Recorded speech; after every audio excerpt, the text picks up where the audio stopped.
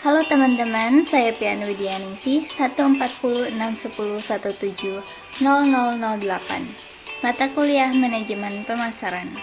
Kali ini kita akan membahas mengenai analisis bisnis pada masa pandemi COVID-19.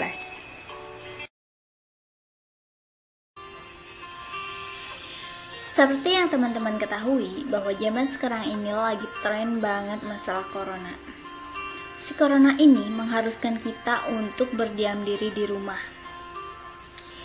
Cicing wae gitu kan, rebahan-rebahan aja. Bangun, tidur, makan, bangun, tidur, makan. Tapi kita juga nggak bisa ngelak dari berbagai kebutuhan yang harus kita penuhi dalam kehidupan sehari-hari, baik itu primer maupun sekunder. So, gimana nih kita bisa dapat cash yang banyak tanpa harus keluar rumah? Bisnis apa ya yang kira cocok? Yuk simak uraian berikut. Sebelum kita masuk ke dalam bisnis, apa sih itu COVID?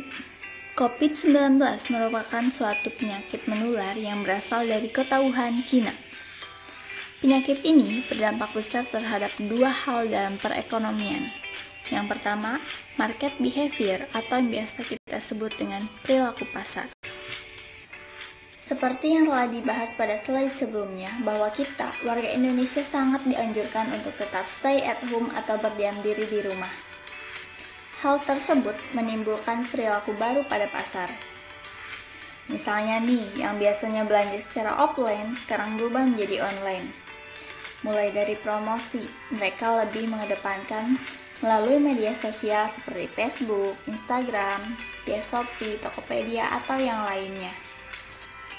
Begitupun dengan via distribusi mereka, lebih menginginkan untuk diberikan secara langsung, misalnya diantar via Gojek atau COD pembeli dengan penjual. Lalu yang kedua, berpengaruh terhadap daya beli yang semakin berkurang. Ada yang tahu nggak kenapa daya beli bisa berkurang? Yap, betul sekali, karena kondisi yang tidak menentu. Sekarang nggak ada yang tahu kan masa pandemi akan berakhir selama 1 bulan, 2 bulan, 3 bulan, atau mungkin bahkan 1 tahun. Nah, mari kita lihat piramida Maslow. Piramida ini sebetulnya merupakan kebutuhan masyarakat dalam bidang bisnis atau penjualan. Yang paling bawah itu ada fisiologis, seperti makanan, minuman, fashion. Lalu yang kedua itu masyarakat sangat membutuhkan rasa aman dari apa yang mereka beli. Yang ketiga ada sosial, penghargaan, lalu yang paling atas itu aktualisasi diri. Semakin tinggi posisi dalam piramida, itu menunjukkan bahwa harga itu akan semakin mahal. Akan tetapi, pembelinya itu akan semakin sedikit. Berbeda dengan jika panahnya itu menurun. Bisa kita lihat bahwa akan semakin menurun tingkat piramidanya, maka akan menunjukkan bahwa harga itu akan semakin murah dan pembeli akan semakin banyak. Karena kali ini saya akan menganalisis bisnis yang memiliki harga minimum tetapi mendapatkan konsumen yang banyak dengan mudah, maka saya akan memilih salah satu bisnis yang berada pada piramida bagian bawah, yaitu bagian fisiologis, yaitu berupa pakaian atau fashion. Kenapa saya memilih menganalisis bisnis pakaian atau fashion? Itu karena pakaian merupakan salah satu kebutuhan pokok manusia dan dapat bertahan dalam jangka waktu yang lama jika dibandingkan dengan kita berjualan makanan ataupun minuman. Dan bisnis ini sangat cocok sekali untuk para remaja yang notabene itu lebih sering berbelanja. Baik itu remaja atau pebisnis yang baru mau memulai bisnisnya secara kecil ataupun besar, itu sangat cocok sekali jika kita menjadikan mereka sebagai reseller atau dropship.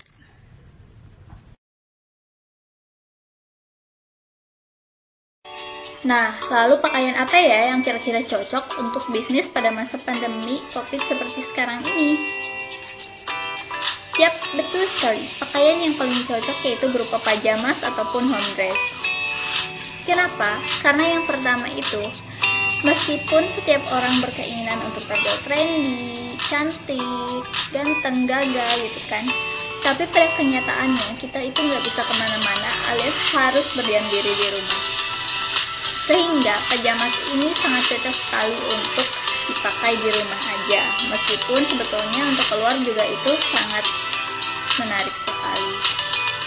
Lalu yang kedua itu karena yang menggunakan media online itu biasanya kebanyakan perempuan ataupun para remaja yang memang masih di bawah 25 tahun.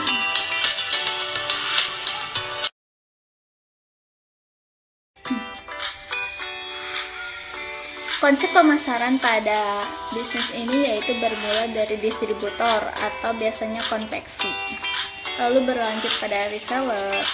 Kita biasanya mengajak beberapa orang untuk menjadi reseller atau dropship, karena itu lebih memudahkan kita menjual produk dibandingkan secara langsung kita mencari konsumen.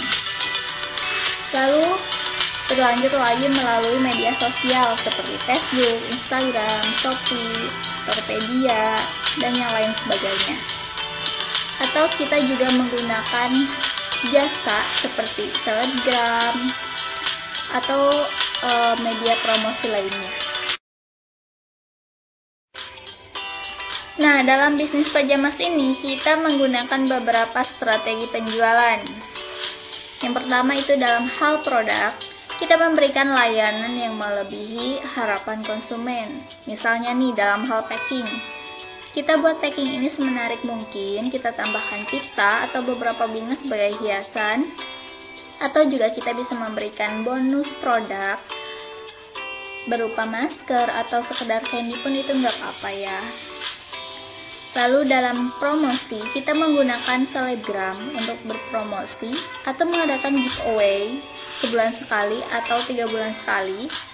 Ini berfungsi untuk mencari konsumen baru dan mempertahankan konsumen yang lama. Dalam hal harga yang kita berikan itu lebih rendah dibandingkan penjual yang lain. Ini digunakan ketika kita memulai bisnis. Ketika kita sudah merasa cukup, kita bisa mengembalikan harga sesuai pasar. Lalu target pasarnya ini dikhususkan untuk para perempuan, usia remaja sampai usia lanjut. Adapun kita mengadakan untuk pakaian anak-anak itu lebih sedikit dibandingkan dengan untuk perempuan usia remaja ataupun yang usia lanjut. Nah, di sini yang saya bahas itu menggunakan aspek keuangan untuk reseller aja, bukan distributor. Karena saya yakin kalian sebagai para remaja, baik itu yang baru masuk SMA ataupun yang baru masuk kuliah, saya yakin kalian sangat menginginkan uang jajan tambahan. Maka dari itu saya lebih ingin membahas mengenai aspek keuangan untuk reseller. Bahan-bahan dan contoh harganya kalian bisa lihat dalam tabel, dan jangan lupa juga masukkan biaya operasional sehingga harga jual yang tepat bisa kalian dapatkan. Seperti contoh, untuk mencari harga jual, kita tambahkan modal yang kalian keluarkan, ditambah biaya operasionalnya, lalu dibagi berapa banyak biji yang kalian beli untuk dijual. Lalu, hasilnya itu kalian kalikan dengan keuntungan yang kalian inginkan. Misalnya kalian pengen 10%, 15%, 25%, itu tinggal kalian kalikan saja, dan hasil dari keuntungan kalian tambahkan dengan hasil dari yang tadi si HPP tersebut. Dalam contoh kali ini, seharusnya kita menjual harga pajamas dengan harga 145.000, akan tetapi karena kita ingin menarik konsumen lebih banyak, kita turunkan harganya menjadi 130.000, sehingga keuntungannya hanya dapat 1.630.000 yang harusnya mendapat keuntungan 3.130.000. Jika itu keuntungannya ingin 25%. Nah, buat kalian yang masih bingung pengen bisnis apa, kalian bisa coba.